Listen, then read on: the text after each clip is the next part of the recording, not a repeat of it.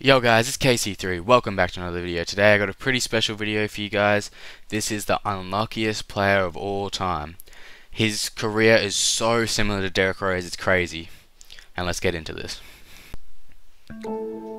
Every NBA fan knows about the sad story of Derrick Rose.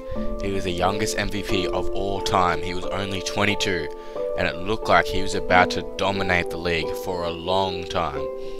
Now, just 7 years later, Derrick Rose has to sign minimum contracts and is barely staying in the league, jumping from team to team when he's meant to be in his prime at 29. Everyone loves Derrick Rose and hates what happened to him. When he tore his first ACL, everyone was hopeful that the same D-Rose would be back as good as he once was. When he came back from his first ACL injury, he looked fine, but he still wasn't the same D-Rose. But he wasn't far off. But then, he was cursed with a second ACL injury on his other knee.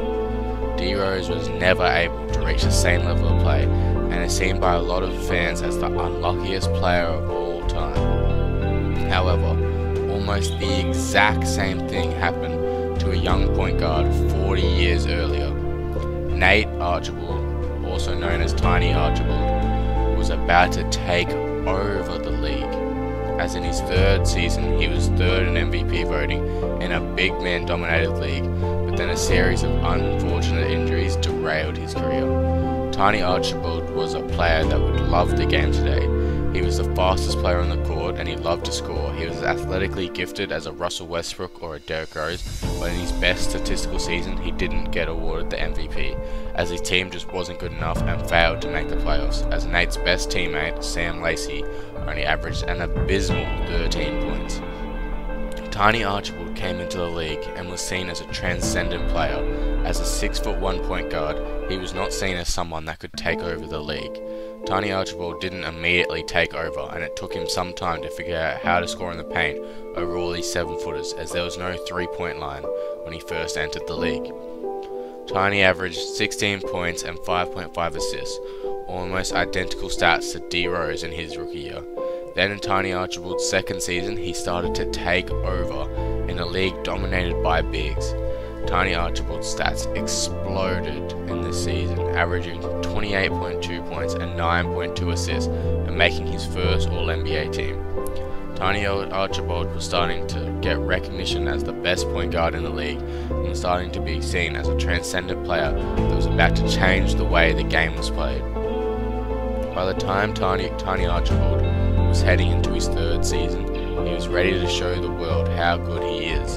He led the league in points and assists. He averaged an insane 34 points per game and 11.4 assists, while having multiple 50-point games and 20 assist games on a team where he had no help.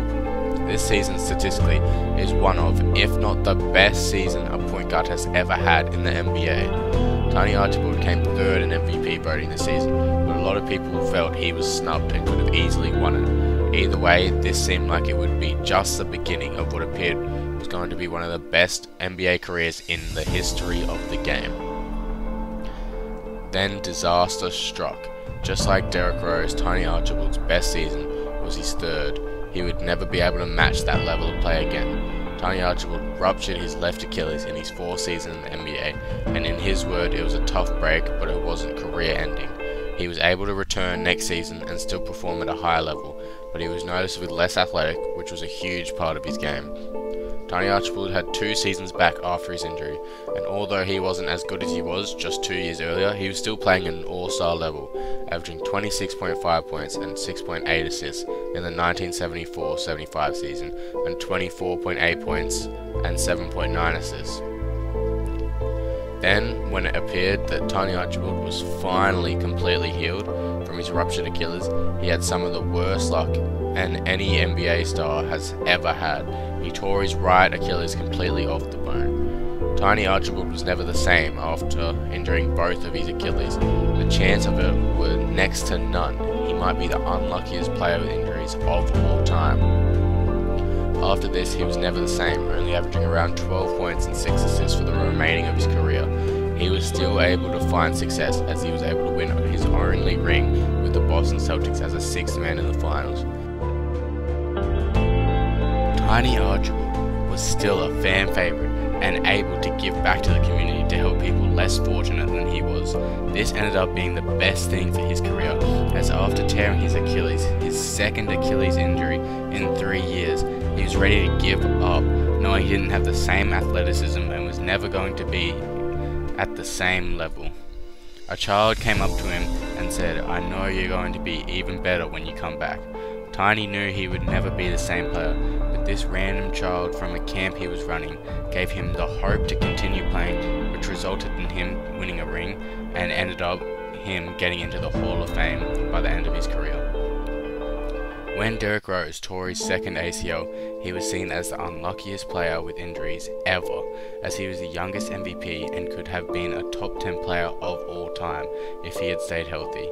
Although there is no arguing whether Derrick Rose is unlucky, Nate Archibald had all the same potential of being a top 10 player the basketball world has ever seen, but he was struck down with injuries also. These two players' career is eerily similar. They were both point guards that had insane athleticism, and they would use it. They both got to the point of being considered one of the best in the league by only their third seasons, and the unfair part of basketball came around: injuries. Injuries ruined both of their careers. These two players would never be the same. Nate Archibald essentially was the 70s version of Derrick Rose, and it's crazy how the same freakish injuries could happen to players that were so similar in the same season of their careers. Nate Archibald is the unluckiest player of all time.